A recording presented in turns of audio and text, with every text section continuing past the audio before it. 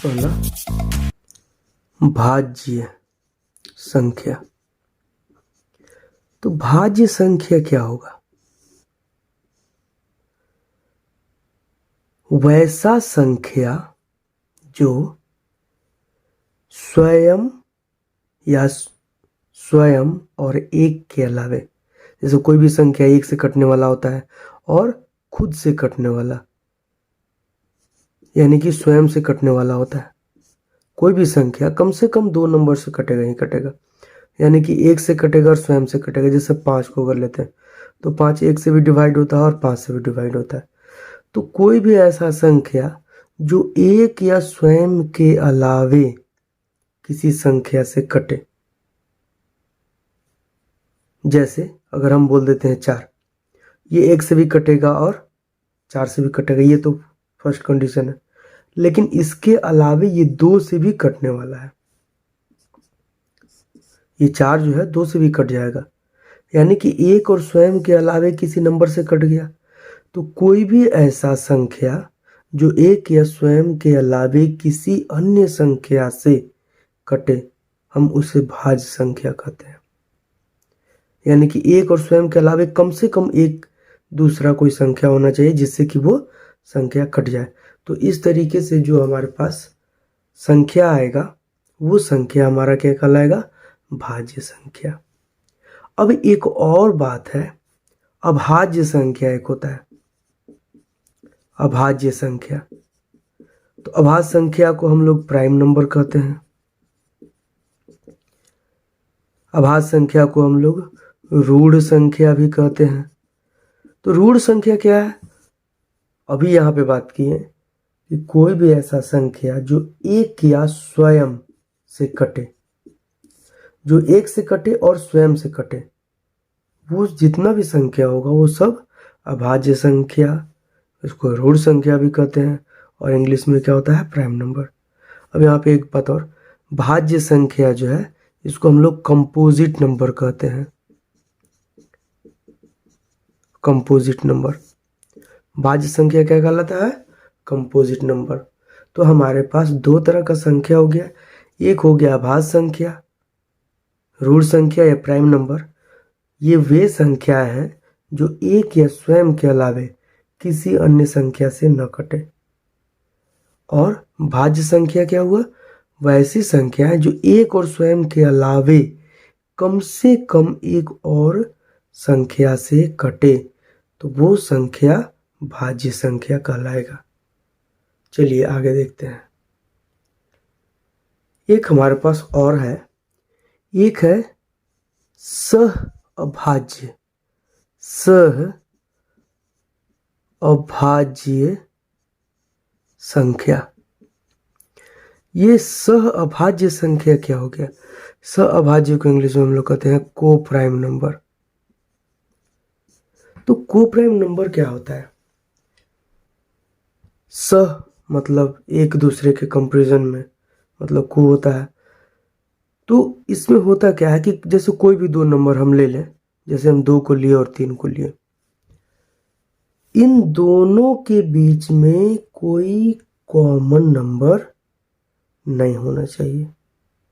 तो ऐसा कोई भी जो पेयर होगा वो क्या कहलाएगा? सह अभाज्य संख्या या को प्राइम नंबर। जैसे 2 3 लिए, अब अगर हम लेते हैं 4 और 5, हम लोग तो जानते हैं कि 4 कंपोजिट नंबर है, मतलब भाज्य संख्या है, 5 अभाज्य संख्या है। मतलब ये जरूरी नहीं है कि जैसे हम ले लेते हैं 4 और 9 को ले लेते हैं, 4 2 से कटने वाला है, ये 9 3 से कटने वाला है। लेकिन यहाँ पर यह है कि इन दोनों के बीच में कोई भी कॉमन नहीं है, कुछ भी कॉमन नहीं है। तो इस तरीके से ऐसा जो पेयर होता है वो कहलाता है सह अभाज्य संख्या, यानी कि एक दूसरे के कंपैरिजन में ये अभाज्य है। मतलब इसका कोई कंपोनेंट से ना ये कटेगा, ना इसका कोई कंपोनेंट से ये कटेगा। तो इस तरीके से जो संख्या का एक युग्म होगा, यानी कि पेयर होगा, इसे हम सह अभाज्य संख्या कहेंगे। चलिए अब आगे देखते हैं।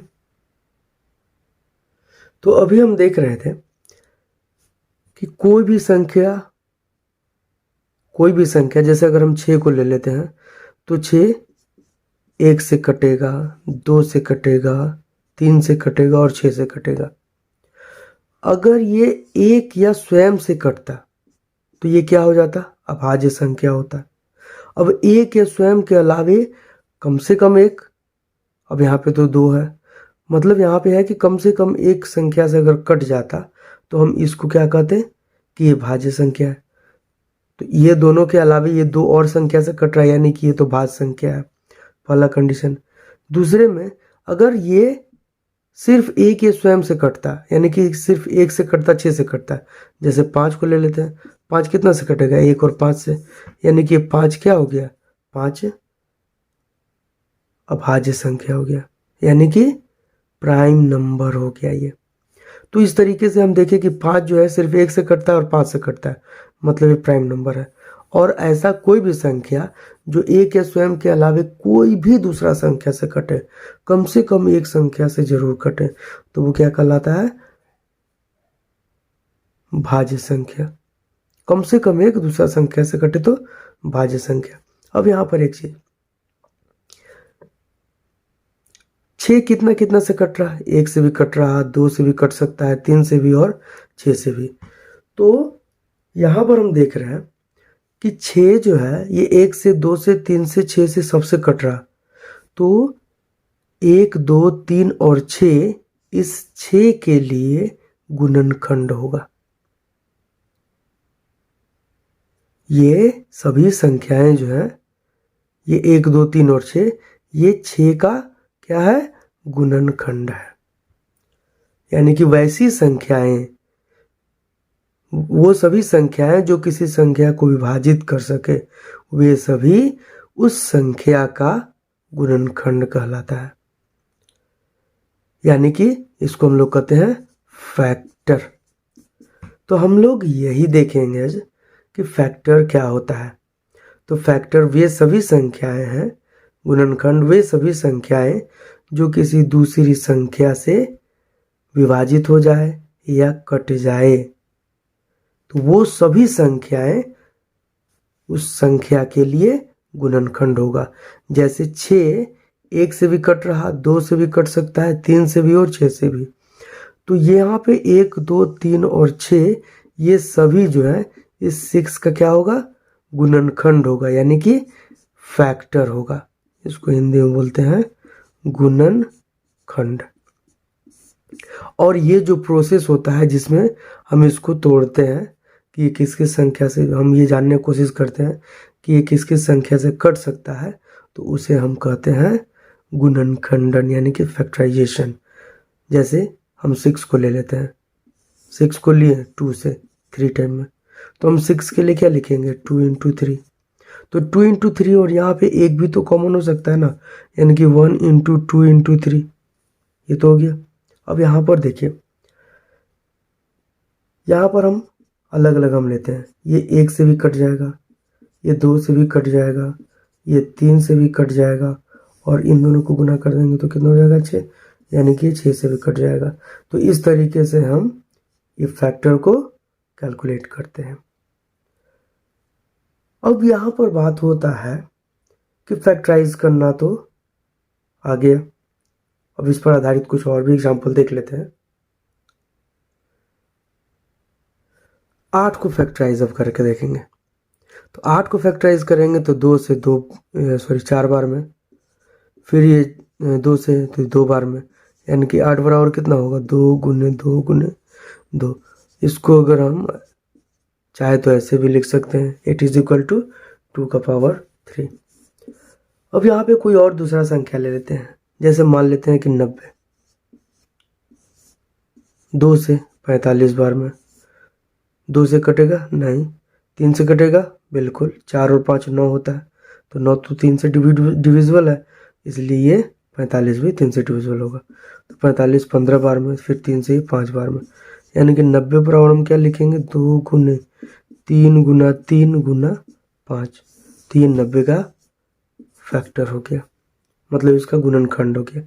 अब हम इसको सेपरेट मतलब कौन कौन सा ऐसा संख्या होगा, तो उसके लिए सबसे पहला 1 और लास्ट में अगर लिखेंगे तो यही 90 हम लिख लेंगे।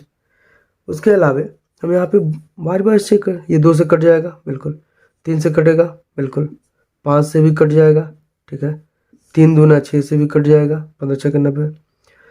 फिर 3 गुना 3 9 से कटेगा, फिर 5 गुने 2 10 से कटेगा, फिर 3 गुने 5 कितना 15 से कटेगा, फिर कितना कटेगा 5 तिया 15, 3 तिया का 9 दूना 18 से फिर कटेगा, फिर 5 तिया 15 दूना 18 के बाद फिर 18 पचे 90, फिर उसके बाद हो जाएगा 30 से ये कट जाएगा, 5 पचे 5 तिया 15 15 तिया 45, फिर ये 45 से कट जाएगा,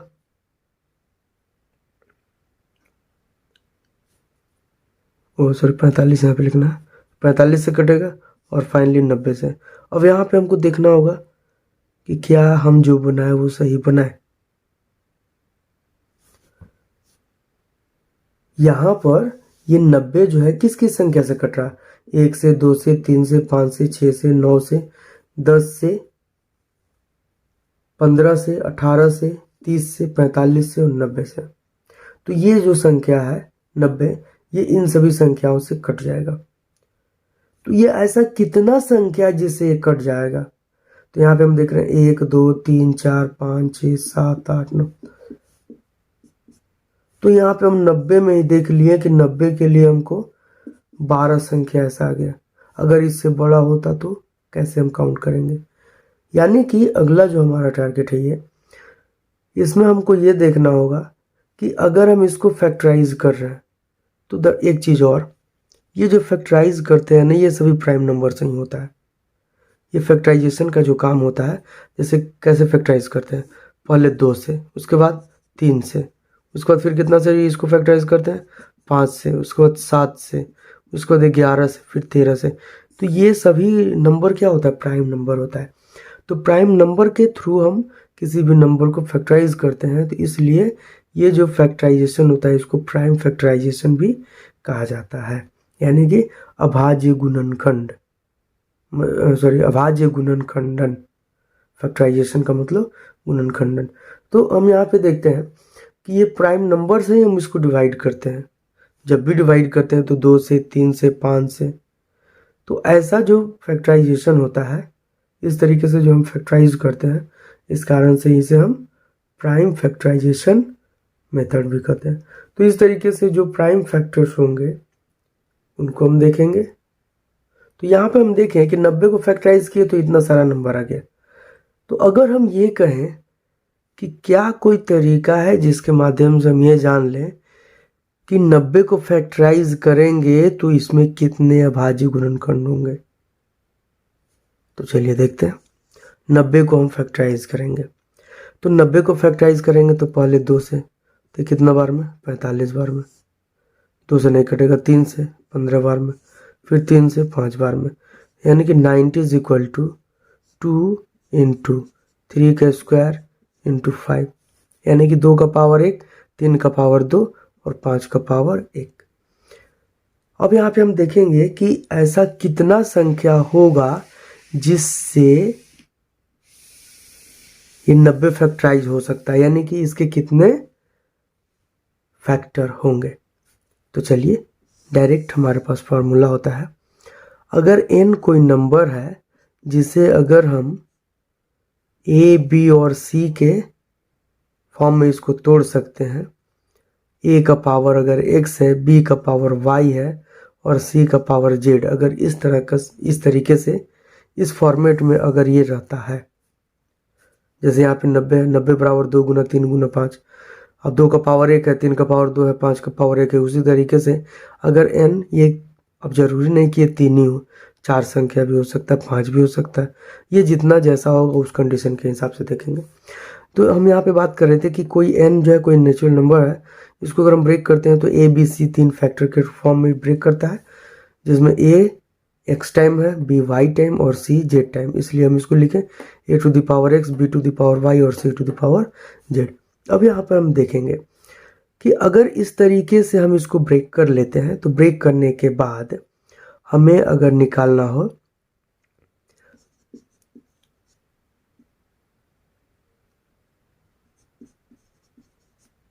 अभाज्य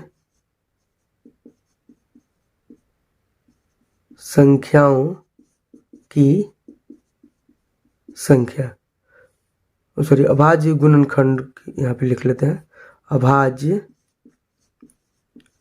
गुणनखंडों की संख्या। जैसे अभी हम 90 को ब्रेक किए थे तो 90 को ब्रेक करने के बाद वहाँ पे 12 टर्म हम ऐसा लेकर के आए थे। तो यहाँ पे हम देख रहे हैं कि अभाज्य गुणनखंड का संख्या हमको निकालना, तो कैसे निकालेंगे? तो अभाज्य गुणनखंड का संख्या निकालने का तरीका होता है, जैसे a का पावर कितना है, x है, तो x प्लस 1, इसको गुना कर देंगे, दूसरा वाला टर्म है y, उसका पावर y है तो y प्लस 1 के साथ गुना, और फिर तीसरा है z, तो z प्लस 1 के साथ इसको मल्टीप्लाई कर देते हैं। तो इस तरीके से जो हमारे पास वैल्यू आएगा वो हमारा गुणनखंडों की संख्या को दिखा देगा। तो चलिए हम 90 को देख लेते हैं। तो 90 बराबर 2 का पावर 1, 3 का पावर 2 और 5 का पावर 1 है, यानी कि हम 1 है तो 1 के लिए 1 जोड़ 1 2 लिखेंगे। यहाँ पे इसका पावर 2 है तो 2 और 1 कितना हो गया 3, और 5 का पावर 1 है मतलब 2, तो 2 तिया का 6, 6 दूना का 12। तो इस तरीके से हमको ये पता चल जाएगा कि 90 का कुल अभाज्य गुणनखंड कितना होगा। तो 90 का जो गुणनखंड होगा, कुल अभाज्य गुणनखंड, वो होगा 12। और अभी हम लोग चेक भी किए थे कि 90 को फैक्टराइज करने पर हमारा वैल्यू 12 आया था। तो ये तो दरअसल तरीका है जिसके माध्यम से कोई भी अंक यहाँ पे रहे, कोई भी संख्या रहे, उसको हम आसानी से ब्रेक कर सकते हैं, और ब्रेक करने के बाद डायरेक्ट इस फार्मूला का यूज करके हम अभाज्य गुणनखंडों की संख्या को ज्ञात कर सकते हैं। तो चलिए आगे देखते हैं।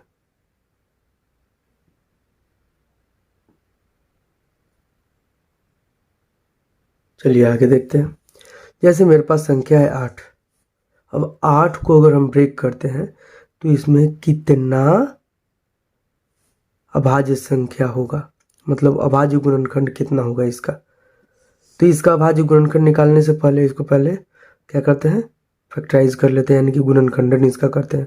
तो 2 से 4 बार में, फिर 2 से कितना बार में, 2 बार में। तो हम यहाँ पे लिखें कि 8 बराबर क्या होता है, 2 का पावर 3, लिख लिए।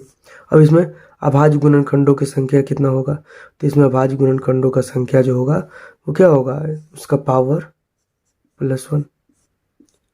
अब इसमें और भी कुछ होता तो उसको आपस में फिर गुना करते जाते, तो यहाँ पे 3 और 1 4 है, मतलब वही आंसर होगा। और यहाँ पे हम ब्रेक किए थे 8 को, 8 किससे किससे कट सकता है, 1 से, किससे कटेगा, फिर 2 से, फिर किससे कटेगा, 4 से, उसके बाद फिर किससे कटेगा, 8 से। तो 8 जो है इन चारों संख्या से कट सकता है, यानी कि 8 का जो क्या है गुणनखंड है ये सब होंगे। अब बात यह है कि 8 जिससे कटता है, जैसे 8 1 से कट रहा, 2 से कट रहा, 4 से कटेगा, 8 से कटेगा, तो 8 के लिए ये सभी क्या है, ये सभी इसका गुणनखंड होगा, गुणनखंड। अब ये होता है एक और, वो होता है मल्टीपल।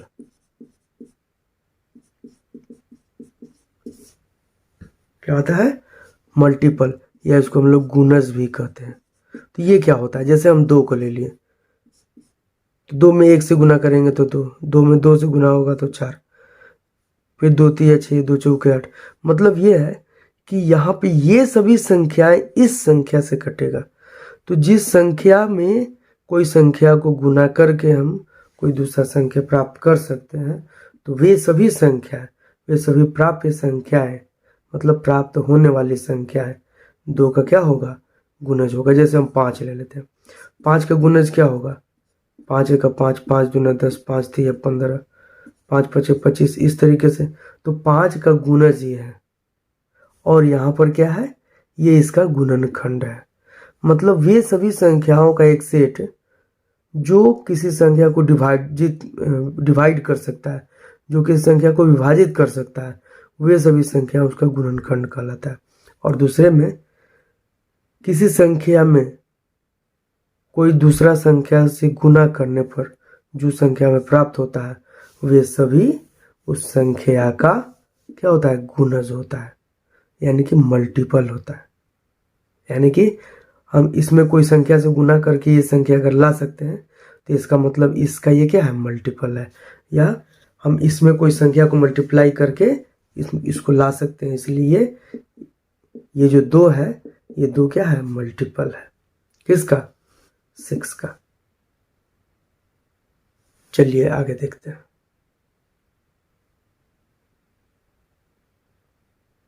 हमारे पास अगला क्वेश्चन है, चलिए 72 है ये।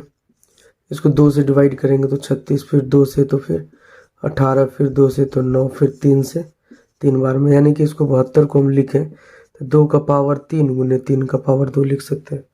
अगर हम इसको देखेंगे कि इसमें नंबर ऑफ फैक्टर्स कितने होंगे, इसमें कितने इसका गुणनखंड होगा, गुणनखंडों का संख्या कितना होगा, तो यहाँ पे 2 का पावर 3 है तो 3 और 1 कितना होगा, 4।